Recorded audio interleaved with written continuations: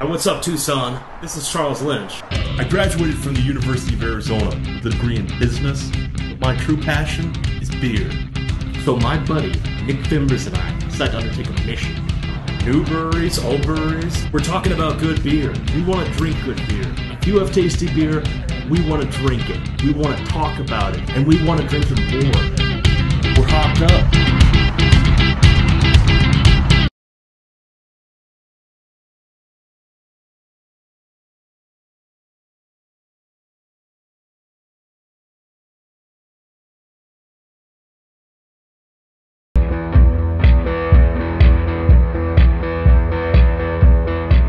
Season's greetings, Tucson. We heard you might want a new brewery for Christmas. Well, guess what? You're in luck. We got Borderlands Brewing Company. Founded in 2010, Michael Mazzoli, Miles Stone, or shortly thereafterwards they brought in head brewer Blake Collins. They're using southwestern ingredients for 6 beers in production. Sounds pretty good, yeah? Well, I'm thirsty, so let's ho ho ho hurry up and get our beer on. Welcome to Borderlands, Internet. As you can tell, this place is packed. So get here early, stay late, enjoy some tasty beer. I'm gonna grab one myself, talk to a few of the patrons, to the head brewer and the owners, see what this place is all about. What made you want to open a brewery in downtown Tucson? Yeah, we've been brewing in our garage for years. We're having a good time with it. The beers are turning out great. And we thought, let's see what it would take to open it up officially. And we looked at what we had in the city, and to be honest, any other city wouldn't work. But Tucson's got 3 breweries, and for the most part are focusing on restaurants and their on-site business. But it's pretty rare to go to a restaurant or bar around town and see a local beer on somebody else's tap. Definitely. It's changing, it's getting better, but certainly not a ton. And so we thought Tucson's got plenty of room for some local microbreweries that are distributing as opposed to focusing on in-house. That way we don't have to step on toes of the breweries that we grew up going to. What made you want to open a brewery downtown in Tucson? Well, there's been a lot of revitalization going on downtown, and we're just excited to be a part of it. When we were looking for a place to put the brewery, it was important to us to be part of this revitalization and re-emergence of culture in downtown Tucson. So that's why we decided. Tell us a little bit about the styles of beer you have, man. Well, we're trying to do something unique to the Southwest here. Just about every style and everything that's out there has been done already, and we want to do something, with a unique spin on the Southwest here. So we've got some unique ingredients in some of our beers, and we've got more on the way that feature local ingredients in the Southwest. They're fairly new to the brewing business, but not to brewing beer itself. I've been brewing for 6 years now, and I started out home brewing, and I'm 25 now, so I'll let you do the math at home. I started because I wanted to be able to enjoy craft beer, and I wanted to be able to brew the things that I couldn't find too. So, 6 years later, here I am. This is what I'm doing. I went to college in Fort Collins at Colorado State, and so New Belgium breweries there, and kind of grew up drinking microbrews and being excited about beer. And actually worked at Budweiser in Fort Collins for a while. Oh wow, we won't tell anybody that. Yeah. So I learned the dark side.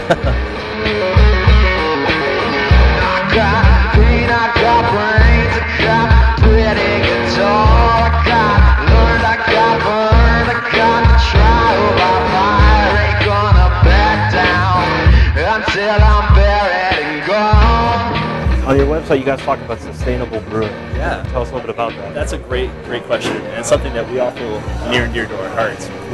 I think sometimes we forget that we live in a desert, and resources are really finite. So once they're used up, they're gone. So we want to be really good stewards of what we have here in terms of what we have for resources. So, being in Arizona, we live in the sunshine, and there's so much sunshine around here. So what we're working on is eventually getting solar panels hooked up. We want to have hot water heaters that are run solar. And 2, the water that we use to cool our beer, we like to sequester that and use it to water our courtyard and find other uses for it. It's almost like gray water, so we use it to flush our toilets and all that kind of stuff. So, for distinctive styles, are you looking to, you just mentioned the Belgium amber you were talking about. Yeah. Is there anything like that in the future that you're like, I have a goal to make something kind of crazy and unique for the brewery? Absolutely. I really do. And what really resonates with me and what I really want to do with Borderlands is use local ingredients as much as possible and just explore what the Desert Southwest has in terms of ingredients and its own voice as far as beer styles. Right on. I've got some ideas rolling around up here that should be pretty crazy once we finally upgrade our system and we get our standards going. Yeah. These smaller fermenters are going to be what I get to play around with. I need something to wash all this beer down with. Let's go outside, grab some tacos. Man, I'm kind of hungry. You know, that's kind of the thing that's a problem with just breweries. You know, there's not anything to eat necessarily. Well, look at that. Super time lapse. So this is what you got outside. You got a Fuko food truck, Korean tacos, and kimchi quesadillas. Sounds pretty good. Let's grab something, try and pair it with a beer, huh? It's got some tacos, some Korean style tacos.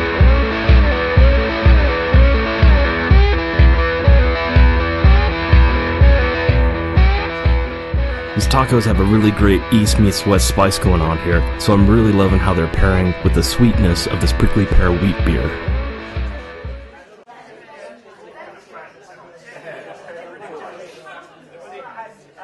Borderlands, they're bringing in some local musicians. This totally adds to the atmosphere in this place. You're coming in, you're getting some beer, you're listening to some good music.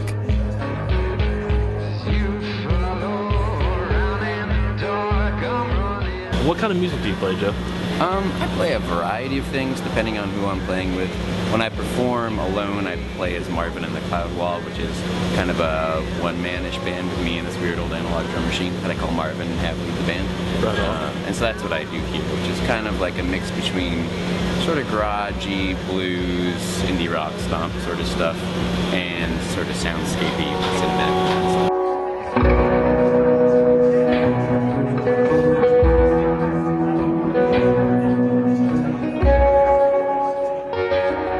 Tell us a little bit about music and beer. Oh, well, they go together very well, as long as the beer is good, and hopefully the music's good too.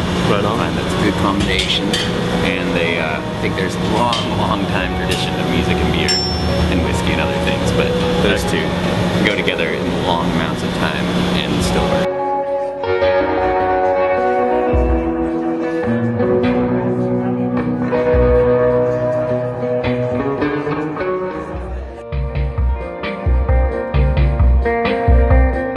Downtown Tucson, great area for the arts. You got art galleries, music venues like Solar Culture, and a bunch of cool street art, just about a stone's throw away from Borderlands.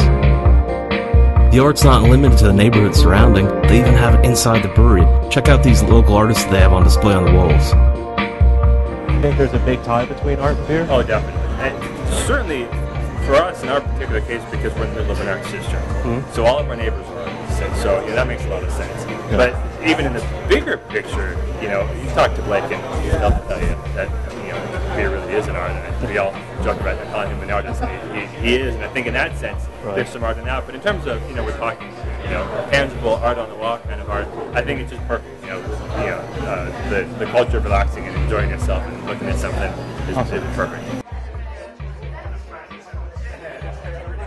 Right now we're right next to Dinnerware Art Space, and we're in the middle of the Art Warehouse District. Okay. So it's important for us to just be a part of Tucson's culture, support the art and the culture in Tucson, and they support us. I mean, the people that come here really appreciate that. And what's a popular beer with the customers? It's the prickly pear wheat. And what are you drinking here? I'm drinking the prickly pear wheat. The prickly pear wheat? Prickly pear cactus wheat. Pink beer? It's a prickly pear wheat beer, something they're experimenting with.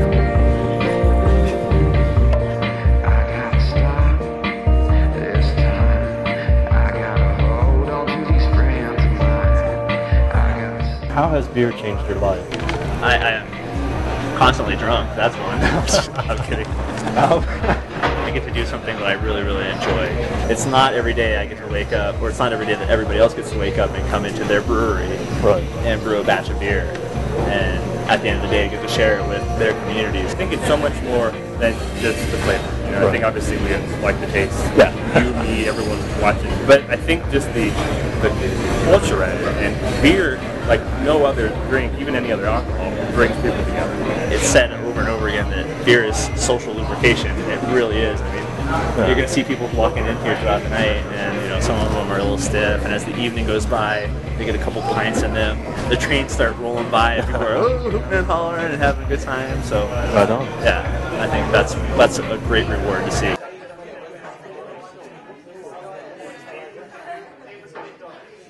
I asked each of them 2 hard-hitting questions. If you could drink a beer, anyone, dead or alive, who would it be, and what kind of beer would you drink? I'd probably drink a beer with Einstein. He's a pretty funny guy. He'd probably like a Belgian ale, I'd imagine, something more European. I'd probably like to have a beer with Einstein. I think it would have to be a German lager. I think these off-shooting friends would probably be yelling at the screen right now saying, he's not from Germany. But I'd still feel like a lager's the right one. Kurt Vonnegut. Probably sip some of my beers and just ask him all the questions I've always wanted to ask him. What's the best and worst decision you've made while drinking a beer? The best decision is opening this brewery. That's definitely how Miles and I decided to do it. The worst decision, I'm not sure. There's probably a lot of them in college, but I can't think of any one particular. I think I talked with you about the story behind the vanilla porter. We had brewed a batch of it, and I had a recipe, and then I had actually lost it. I didn't keep concise notes. Everybody loved the first couple batches. We gave it to our investors, and they were just like, oh, should be in your lineup, and this is great. And so I lost the recipe, of course. Opening a brewery answers both those questions. So we thought, how hard could it be? Hard. There's a reason it doesn't happen every day. We thought, why? How come there's only a few breweries in town? What does everybody not know? A year later, we're finally open up.